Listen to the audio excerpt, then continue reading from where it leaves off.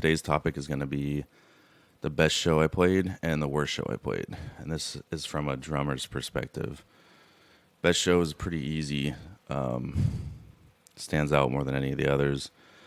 I was playing the High Dive in Fremont here in Seattle, and we were opening for this touring act that was from Hawaii.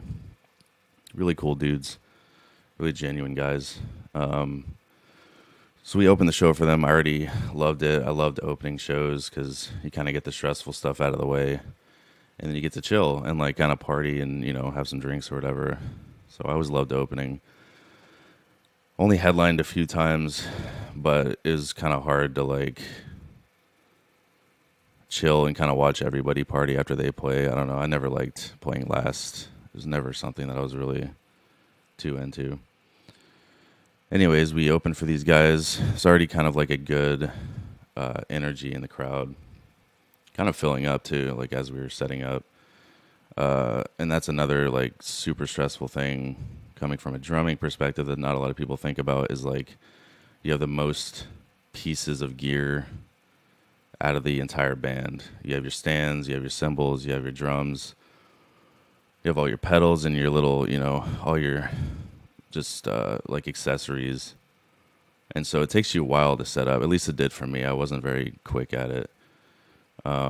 There's some shows where I played where you had 15 minutes between bands, and the drummer before you still has to get his shit off the stage before you even start yours. So very stressful sometimes. That's why I loved opening, because you can take your time and kind of get everything set up. And then the only stressful thing is getting your kit off the stage.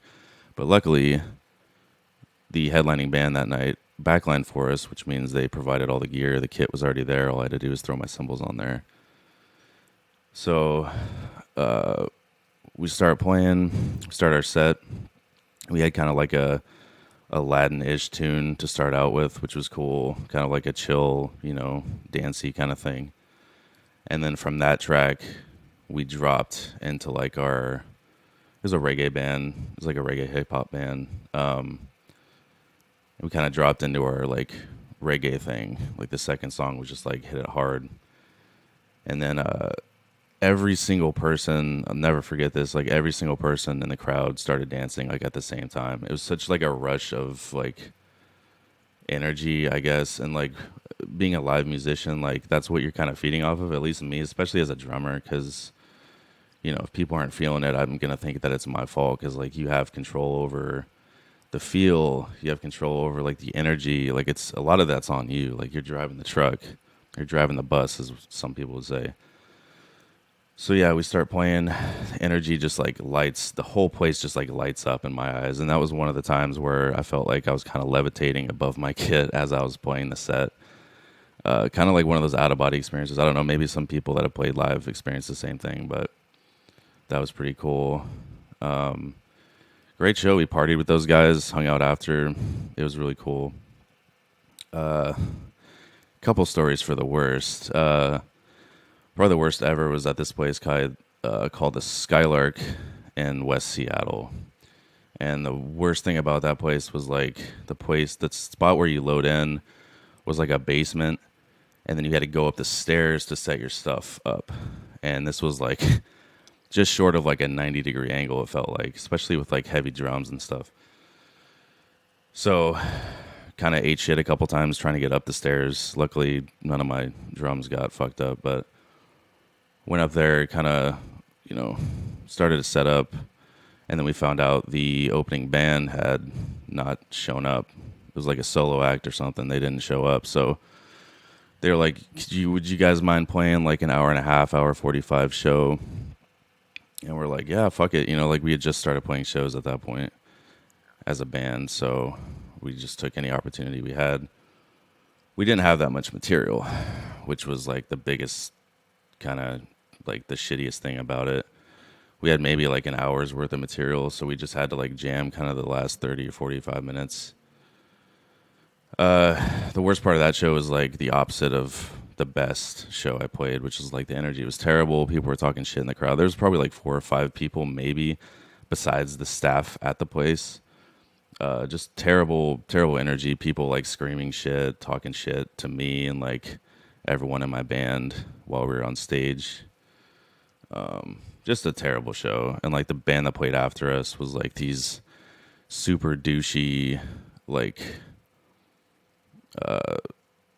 they're like math rock, but like I love math rock, but some people that play more complicated music are like particularly douchey or like their egos are just, kind of crazy. So that was the worst one. I also had another one where we were playing a show during a snowstorm, and this was another place in Fremont. It was at the Nectar, and great venue. Always sounds good. I love playing that venue. It's awesome. The energy is always great. But we played a show during a snowstorm, and again, I was with like a mid-level band, which I would consider a band that kind of opens for touring acts. So like you're opening for a lot of bands, like big bands that are coming through town. You're gonna open for them, and a lot of times, unfortunately, for me, like we had to backline a lot of the shows. So that means they're gonna use all my gear. I was sharing gear with the band at the time, but you're gonna set everything up, and then everyone that night is gonna play on your stuff. So if the stuff is gonna get moved around, guys are gonna be hitting your shit. And as expensive as drums and cymbals are, like it's kind of hard to watch that, I guess, especially when you don't have like a shit ton of money or like an endorsement or whatever. So the band's drummer had already requested a shit ton of things, like way like super high end stuff that we didn't really have as a band to backline. Decent drums, but like not what he was asking for. He was asking for like a shit ton of, just like the nicest shit. So we get there, I set up, everything's tuned. I feel like I had a pretty good like tuning on the drums. Everything sounded good. And then the headlining band came in, and right away the drummer just like starts critiquing everything. He's like, this isn't good, this isn't good. He takes probably 2 or 3 hours to tune the drums to like his liking, shifts everything around, does all this stuff, which I'm like, whatever. We ended up not getting a sound check as the opening band that night, which really sucks because that's where you kind of get your gel as a band and like kind of get your feeling out and see if you're grooving as a band. That's a really like a check, right? So it's also to get sound, but whatever. We're like 15 minutes out from playing. The band's manager comes up to me and he's like, so his kit is all set up. Let's get yours set up. And I was like, no, like we're playing the same kit, right? He's playing on my kit. I'm allowing him to do that, right? And he's like, no, you need to, set up a new kit. I kind of ignored it, whatever. So we get like to right before we get on stage, and the dude jumps up on stage as I'm like about to go on the kit, and he's like, yeah, he doesn't want you to play on the kit. And I'm like, okay, like this is where I started getting really angry. I was like, listen to me, like everything's set up. We're about to go on. I don't have time to set up another kit, and they actually don't have a house kit at the venue that we were at. And so I got really angry. He was really just douchey about it, and got really angry. I ended up sitting in the kit.